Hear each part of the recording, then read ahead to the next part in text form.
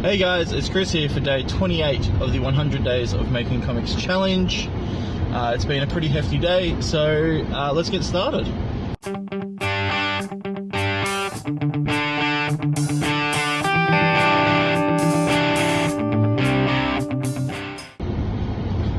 So I started my day off as I normally do. I woke up at 6 o'clock this morning, got straight into the coffee, turned the computer on. First thing I did this morning was just catch up on some comments on my YouTube, just to reply to everyone who's commented on the previous videos. So thank you everyone who is commenting. It's great hearing from you guys. It's especially great hearing from people who are doing the hundreds as well, telling me, you know, how they're going in their comic. Please, again, if you haven't, leave some notes, leave a comment just so I know how you guys are doing, and you know, we can catch up as well. So once I was finishing updating all my social medias and commenting and posting and stuff, I jumped into the lettering on the comic. As I said yesterday, I was only up to about page 4.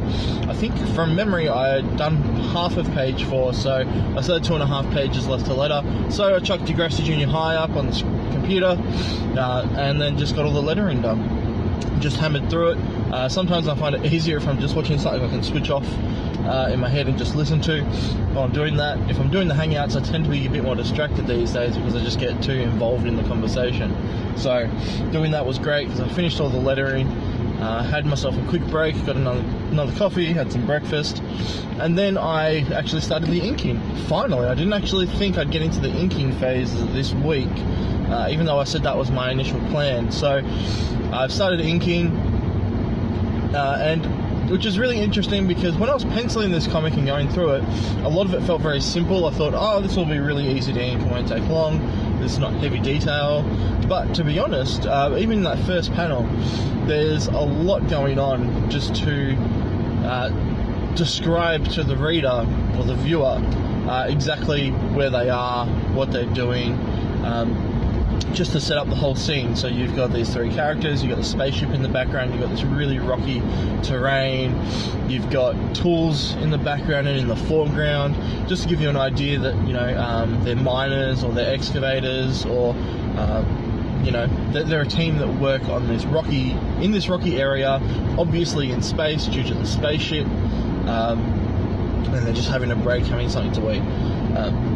Just really sets the scene just with the imagery alone, and then we've got the text on top.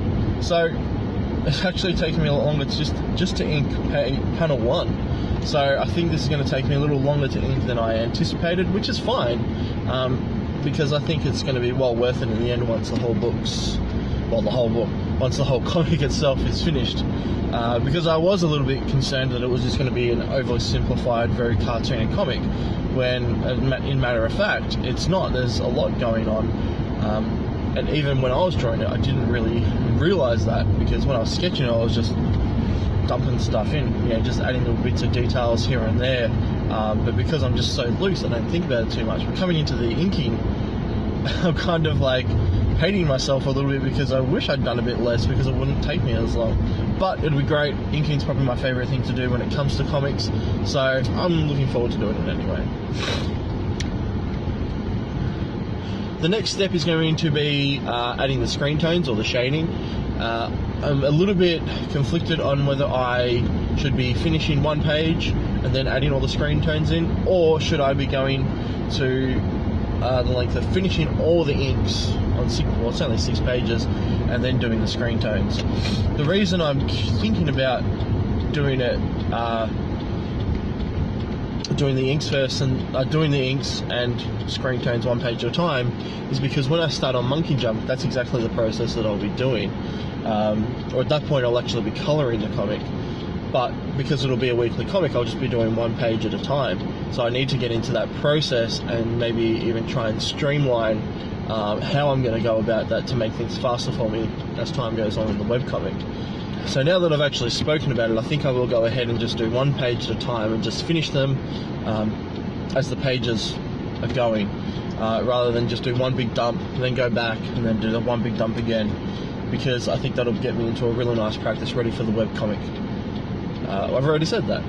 So that's where I'm at. I'm probably not going to get any more work done tonight as I'm on my way to work, as you probably guessed, because I'm vlogging in the car today.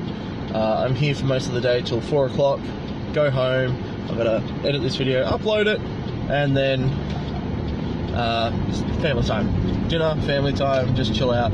Although I might be able to still do a bit of sketching on the couch, so I'm starting to do a lot more sketching of the Monkey Junk characters, which is great. And pretty much once I start working on Monkey Junk, I think I'm just going to be doing a lot of that in my in just my sketching art, in doing like my pin-ups and things, because I want to do pin-ups of the characters so I can actually get a buffer in case there's like a week miss, so I can just add a fill-up pin-up just to say, sorry I missed a week, but here's some art that you haven't seen yet.